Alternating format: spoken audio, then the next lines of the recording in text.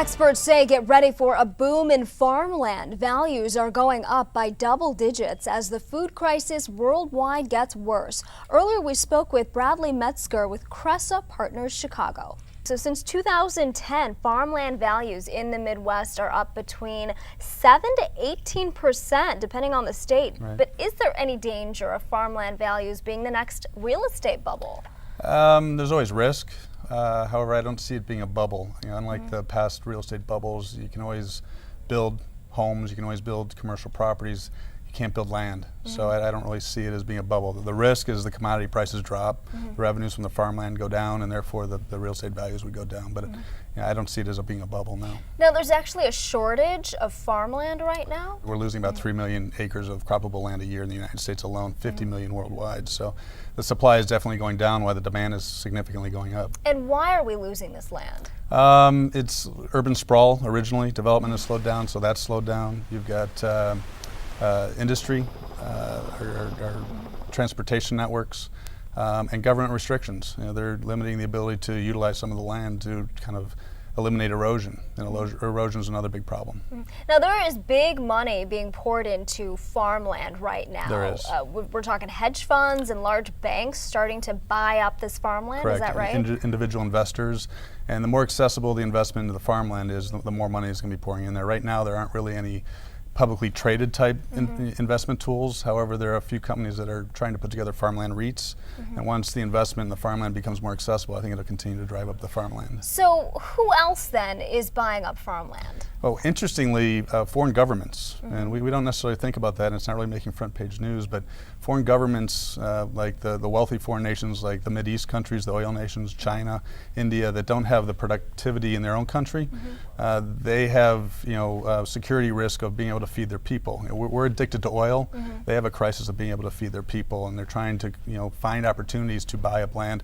Not necessarily here in the United States, it's happening more overseas, but they're trying to find vehicles to invest in farmland in the United States. Do you think they can actually buy our farmland? Right now there are state restrictions that prohibit foreign investment in buying farmland, as well as corporations in buying farmland, but there are vehicles that are coming that allow them to kind of through a second avenue or second way of investing to invest in farmland. Yes. Okay, now with these banks and big institutions, what are they doing with this farmland then? Basically, farmland is a great hedge.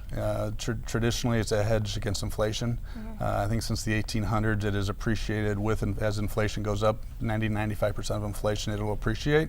So they're looking for the appreciation, but in the meantime, during the waiting for the appreciation, they're also they're leasing it to farmers, and farmers will use it and continue to pay them rent during that time of appreciation. Okay, so they're not just sitting on this land, they're actually Correct. using it to Correct. do something productive, Correct. like grow crops. Yeah, they're not taking it out of production, they're kind of sharecropping it to farmers, and they pay them rent, and basically it's a joint venture with the farmer. Okay, now let's go back to the risk involved in this, because when you've got so many people piling on one side of the market, in this case farmland, if we do develop more efficient ways of growing crops, if the supply goes up in the future, that is, how much of a risk is that going to be to farmland? I mean, could farmland values come crashing down just like we saw real estate come crashing down? Again, there's risk, but the rate of the farmland the supply is decreasing. It's decreasing to commodity, and demand is still exponentially going through the roof, whether it's through additional population or whether it's through alternative uses for the crop, like utilizing corn for ethanol. We've transitioned a lot of the product production into corn to try to suffice that demand for ethanol needs. So there's so many different ways that the demand is coming for the crop. I don't really see it as being a crash or a bubble. Unfortunately, there's really no good way for the average investor out there to get in on this, right, is there? Right now, if these REITs come to market, that'll be the vehicle to do it, unless you want to go buy a farm. And most people don't have the appetite to go buy a farm. So it's coming, but it's not here yet. It's very much in its infancy. Okay, we'll be watching it as well as you will. Thank you very much, Bradley Metzger. He's a managing partner with CresaPartners Chicago.